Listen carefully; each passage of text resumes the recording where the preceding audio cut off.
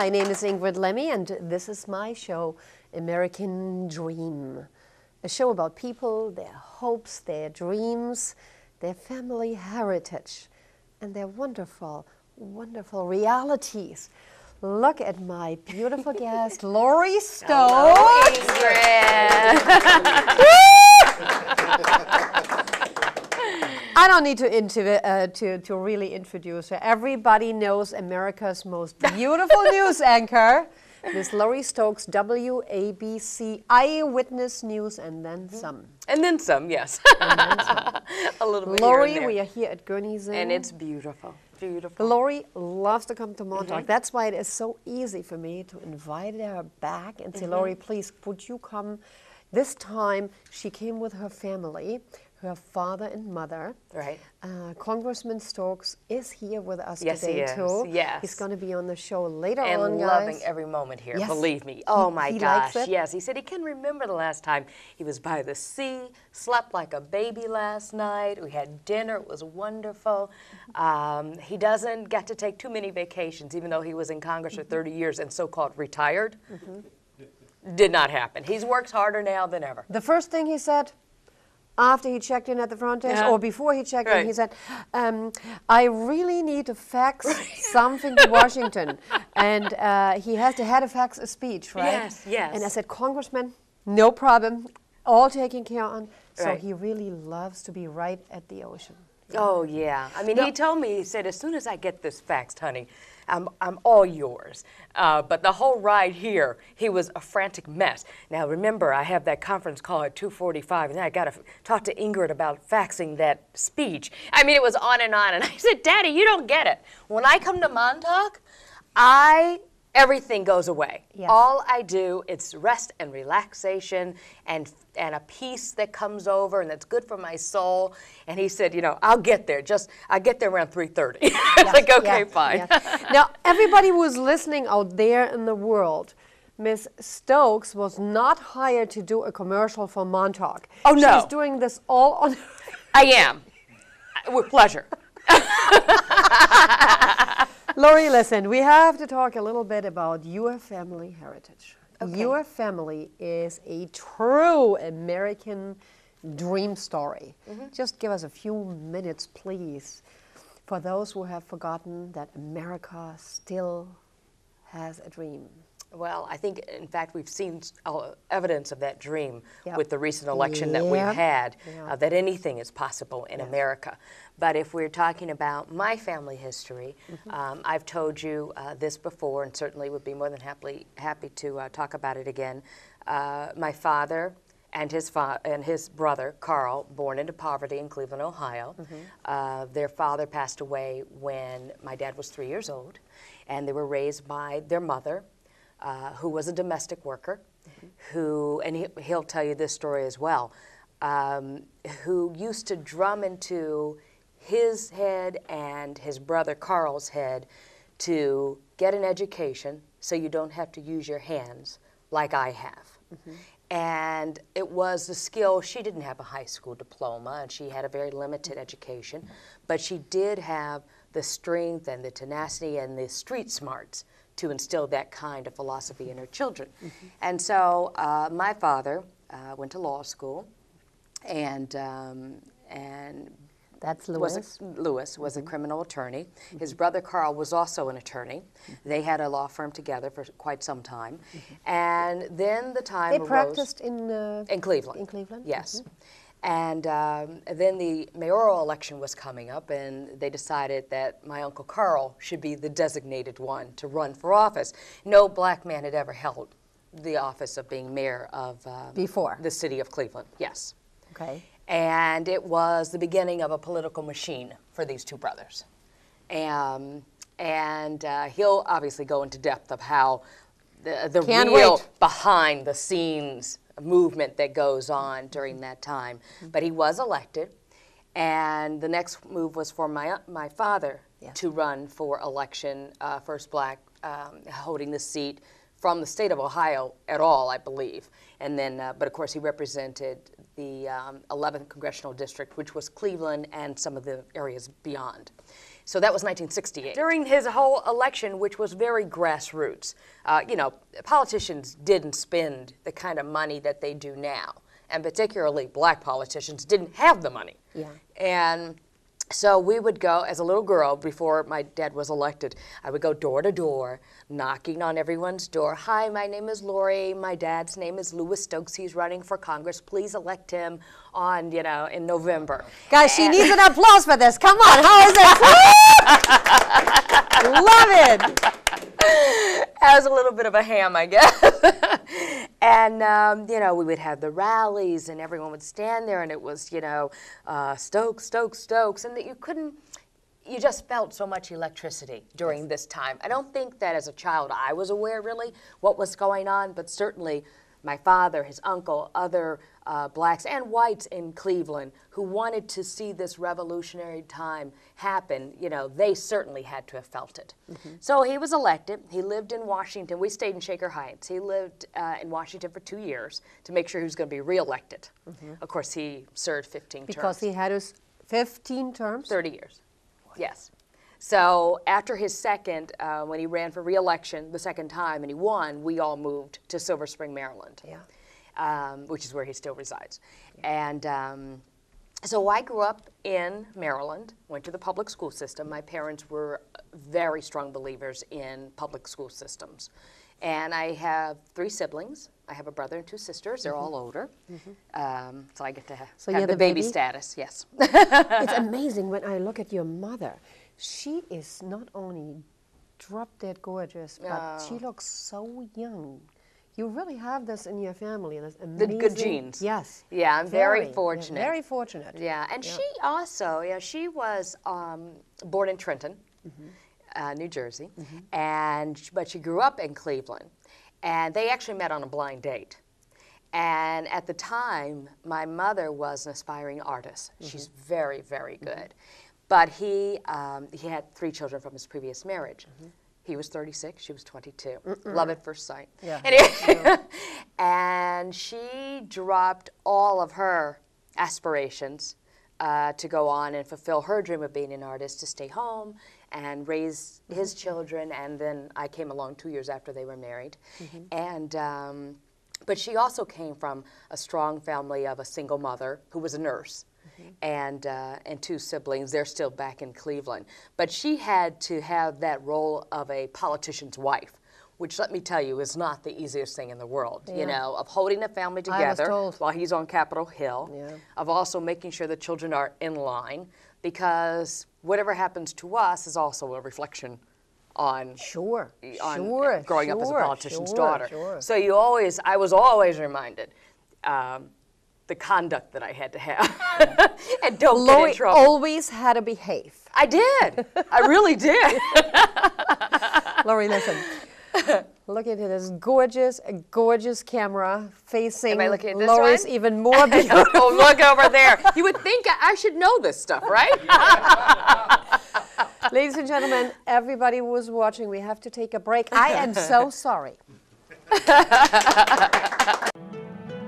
Whether you are looking for a total work environment or a combination of business and relaxation, Gurney's Inn Resort, Spa, and Conference Center will provide you with the best of both worlds. Our experienced conference staff will ensure your business gathering will run without a hitch. We have your business solutions. Contact our conference center now.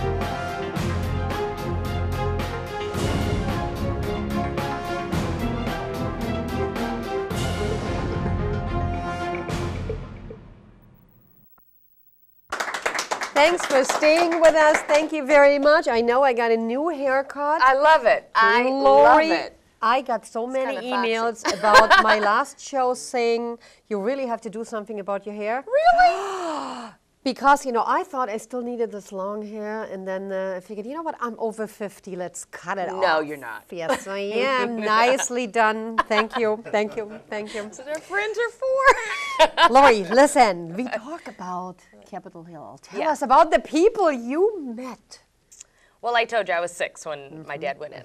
And so during that time, he's a Democrat. And on Capitol Hill, you have the Democratic Club and the Republican Club. And they both, in those days, they were really rocking. I mean, really it wasn't clubby. Very clubby. You always felt as if you were, even as a little kid, because I hung out with them much more than my siblings, and I always thought I was older than I was. And it was almost not a speakeasy, but it had that feel of, you could feel the power, like the Monaco Club, also the restaurant that no longer exists in D.C. But they were sort of institution places where you knew power and deals were being made, and the movers and shakers and the things that would go on inside of these places that when people walked out, you didn't hear, you know, it was the deal that was made. You don't know how it happened, but you know it happened. Yes. And so as a little girl, I was always, you know, sort of free reign going on Capitol Hill. You know, I would just say, oh, my dad's Lori Stokes, and I'd, you know, go in. And this was prior to any of the threats that we've had, you know, when we had a bomb threat down on Capitol Hill years and years ago, and of course a shooting in the Capitol in which we lost some of our Capitol Hill police officers. So it was prior to all that time when the barricades would come up or they shut off 16 Pennsylvania. And you did have much more leeway back then to sort of roam the halls, go in the subway underneath that connects some of the buildings that only people who worked there or legislators can go back on a little teeny tram that goes underneath it, you know, many people don't know about. There's some areas that are considered like bomb shelters or fallout shelters, you know. Yeah, yeah. So you had... Good to know. Yes, yes. Very good to know. And then just being in the presence of other legislators that you only read about. Like? Tip O'Neill. I'll never forget the day I met Tip, who was Tell us larger everything. than, well, we know he was a grandiose in size man. And so I was going with my dad. First of all, when he was sworn in, until your age, I think 12, you can go on the House floor.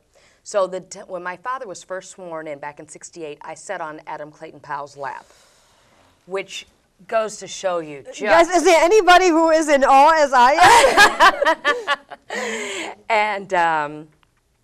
And so then I continued to be able to go to the House floor with my dad. Sometimes I'd hang out with him, and when he'd have to go, you know, place a vote, you know, you can see now on C-SPAN when they have yay or nay and all the legislators come in, I used to go down on the House floor with him, and I'd sit there and, you know, hi to Charlie Rango and to Jack Kemp. And, is my husband here? Do you hear this? But as a little kid, this was my extended family. I didn't see it, perhaps, it's all I knew. You know, and grew up with. So I didn't see it like that. So when I did meet Tip O'Neill, we were in the Capitol building, and Tip had appointed my father to be the chairman of the House Ethics Committee. He oversaw ABSCAN and many of the scandals that involved some of the pages and legislators, and he also chaired the investigation assassination of Martin Luther King and JFK, not JFK, but JFK, sorry. And so anyway, he and Tip had a very good rapport with one another and mutual respect. So I must have been going through the Capitol with my dad to go vote, or we were going somewhere. And I remember that the speaker was with 2 other people in front of us. And I said to my father, I said, Daddy, that's Tip O'Neill. And he said, yeah, you want me to money? And I said, yeah. So, you know, so he says, Mr. Speaker, and Tip turns around back to us because we were behind him, and he's like, Congressman, and he said, Mr. Speaker, I want you to meet my little girl, my baby. Yeah. This is Lori. Lori, this is Speaker of the House. Yes. And it was this huge face. I mean, you know, because he was tall and this huge face, and he was rotund, and it was one of those moments that you know you're just in the presence of greatness, and you never forget it. I have goosebumps. Love it, love it. This is why I have to have her back on the show, guys. Can you understand that? A moment of greatness at Gurney's in Lori. And Teddy Kennedy I'd never met before. I met him, we were in the Library of Congress. He had his son, one of his sons with him, and it was just another one of those moments of you know, of saying hello and being glad that you met someone who had such a rich history politically, and no matter what side of the aisle you're on, I would think that, I mean, we see it with John McCain, his relationship that he has with Teddy. We see it all across the board, that this is a man whose heart has been, as a legislator, in the right place, and such a fighter and the lion of the Senate that they call him. I see this just the same way, just the same way. You know, what you were just saying about McCain, exactly how we feel. I am proud to say that I'm one of the people who brought Barack Obama to where he is soon going to be as.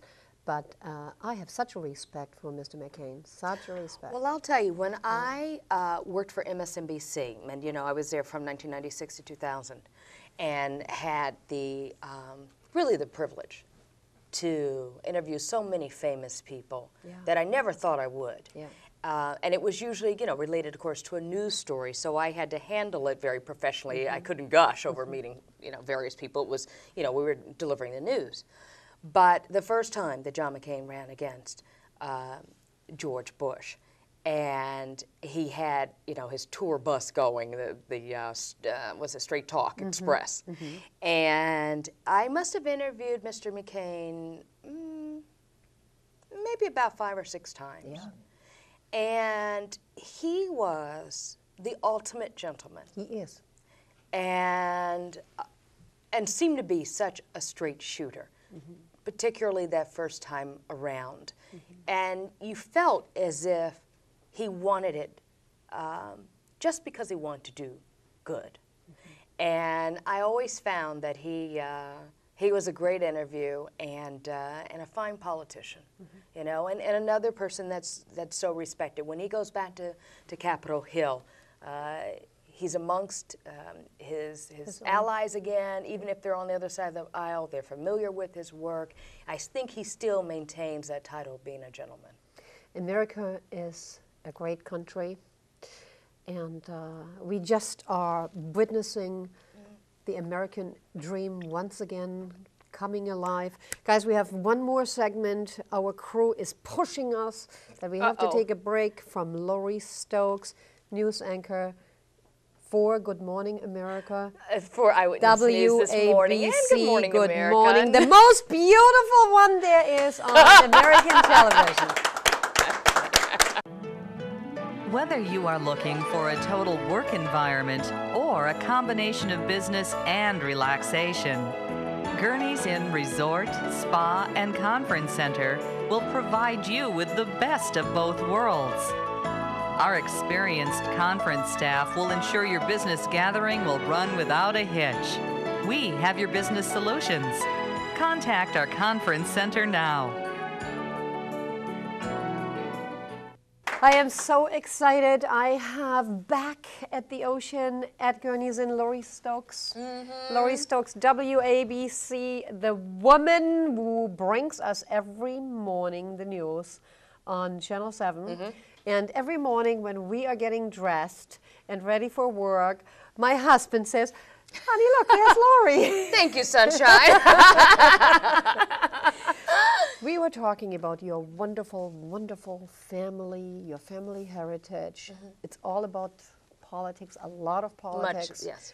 And we were talking about, basically about Barack Obama and what's going on, the changes in America. And Lori, what do you feel about, you as a black woman, what do you feel about Barack Obama now being sworn in as our president? Well, I think obviously for me there's a natural pride and a time of saying to myself, wow, yes, America has done this. But the reality is also we know that black voters alone did not do this. Yes. Yes. So I think it speaks volumes for where we are in America, that so many people, no matter their ethnicity, believed that this was a man qualified to be the President of the United States. Yes, ma'am. Who happened to be black. Yes. So that in itself, I think, when you consider where we have come from, you know, as we talk about, you're going to have my father on, this is a human being who was part of the civil rights movement, who took the chance of perhaps being incarcerated for fighting for his rights, or having been suffered at the hands of some atrocity of something awful because of his struggle. And so if you think where we have been from, sitting at the counters, trying to get equality, Martin Luther King, he marched with, in fact, Martin Luther King was in Cleveland in the building the night that my Uncle Carl was elected mayor. And he stayed upstairs and he said, Carl, I can't go downstairs because if I do, I'm going to take some of the limelight away from you. You've won this, you go down and accept it now. But as we talk about, you know, my dad served for 30 years. He handed over or gave his blessing to a woman named Stephanie Tubbs Jones, who became the member of Congress after him. Well, Stephanie passed away several months ago of a brain aneurysm. And she was a very strong Hillary Clinton supporter. So when we all went in for her funeral, those who were giving the eulogy included Barack, my father, Hillary Clinton, Bill Clinton, and other dignitaries that were local, Governor of Ohio and other people. So as my father got up, and he'll elaborate on this, but sometimes he doesn't always tell all the good stories because he's a very humble man. So he got up to the podium to give the eulogy for Stephanie. And he turned around to Barack, who obviously at the time was still very much a senator. And he turned around and he said, Senator, I am 83 years old. And never in my life did I think I would see something like this. So Barack gets up and walks down to my father, and they embrace. And he whispers in my father's ear, he says, you do know I would not be here were it not for you and your brother. And it was, That's how I feel. That's how everybody else here feels. So it's, you know, it's a beautiful thing for my dad who came from where he did and fought to achieve what he has and still works very hard and never misses a beat, to be able to see this. And for me too, and for my daughters, you know Alex and Nikki very well. They're teenagers now, 16 and 13. And they've been privileged enough to have grown up and blessed to grow up in an environment where I could provide for them many things for them, to allow them to come places like here, where they take this as for granted, that every kid in America gets to be at a beautiful place like Gurney's and enjoy the spa and benefit from the love that's here. They think this is normal. And so, you know, and they've also been in the political arena with my dad, and I would imagine they feel a certain amount of pressure between their grandfather, myself, their dad who's also on television. What's Brian doing? He's doing great. Brian Thompson, who works at Channel 4, WBC, and you know, right now they're going through a tremendous amount of firing, and a lot of great reporters are getting the axe, all bullet, you know, in this world we live in, economy-wise and budgetary constraints. But he covers New Jersey news. He was the one reporter in America who broke the Jim McGreevey story. In fact, he broke it from Madison, Wisconsin, visiting his mother. From the airport, broke into programming. He did it. Yes. He's a fine reporter, and he's doing very well. Thank you so much for asking. He's a good guy. He's a great dad and a dear friend to me. Well, after all, you guys have two beautiful, beautiful daughters together. Lori, before we let you go, what is new about your career? There was lately, or rather recently, something on The View. I did The View when Star was let go, or left, however the spin is. You know, they were having various co-hosts on, sort of rotating various people. And the first time I went on it, Rosie was still on it. It was a great show. She could not have been more more a lady and supportive to me, because I was very nervous. I mean, I've been doing this almost 30 years, yes. but I was so nervous. And she did this whole mind thing where we were getting ready to go out in the live performance, and she did like a countdown, like a football coach would do. She kept saying, "Are you ready?" I said, "Yes," and I could hear the countdown, 10, 9, and she said, "There's nothing to be scared about. Let's just go out there. Are you ready?" She kept looking in my eyes the whole time, and I said, "Okay," and before I knew, they said, "Welcome the ladies of the View." So it was like she totally wiped away any nervousness I had. So we went out, we had a great show. The second time, she was no longer with the show, and Barbara was there. Yeah. Barbara Walters, I cannot tell you, is just the grande dame of everything. She was gracious. She handed so much over to me, had such confidence in me. Man, just dynamite, all of them. Elizabeth, Joy. I wasn't on Whoopi, but I do know Whoopi. She's a hoot. She watches us every morning. Yes, yes. And so yes, I was in the rotation, and they were very kind to me, and I think they enjoyed me on. They wanted a big name. They needed a big name. They needed a Whoopi. Yeah. And that's okay. And Sherry's doing well. So.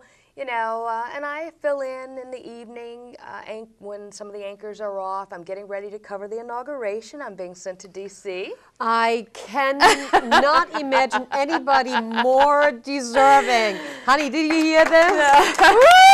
So, you know what? I just signed a new contract, a very long-term contract that they don't usually give out. So I have to say WABC has been very good to me. Every day, know that I have many blessings. And when 5 o'clock a.m. hits during the week, and I know that I have millions of viewers who are basing their morning routine upon us and listen to all our antics and tolerate us maybe talking too much sometimes or telling Bill stories. Evans, tell him we love him Yeah, too. he's a sweetheart. He's a sweetheart, and we have Ken Rosado on now, who's a Long Island guy. He used to cover Long Island. Is that true that he's from New Rochelle? Yeah. But he's certainly spent so much time out here covering the news, working at other. Well, this is before he was with WBC. Okay.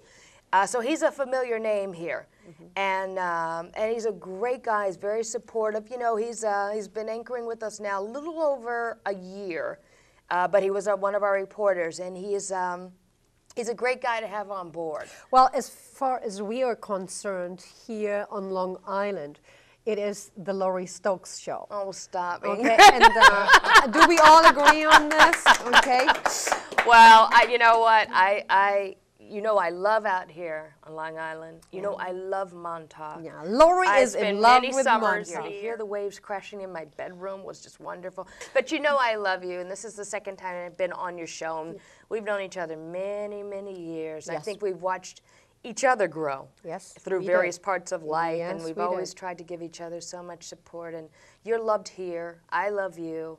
And the Monty family has been so good to me as well. So I just want to say I'm really happy once again to be, not just at Gurney's, but also to be on your show. You're dynamite. Woo! Hey! Okay, I'll take it.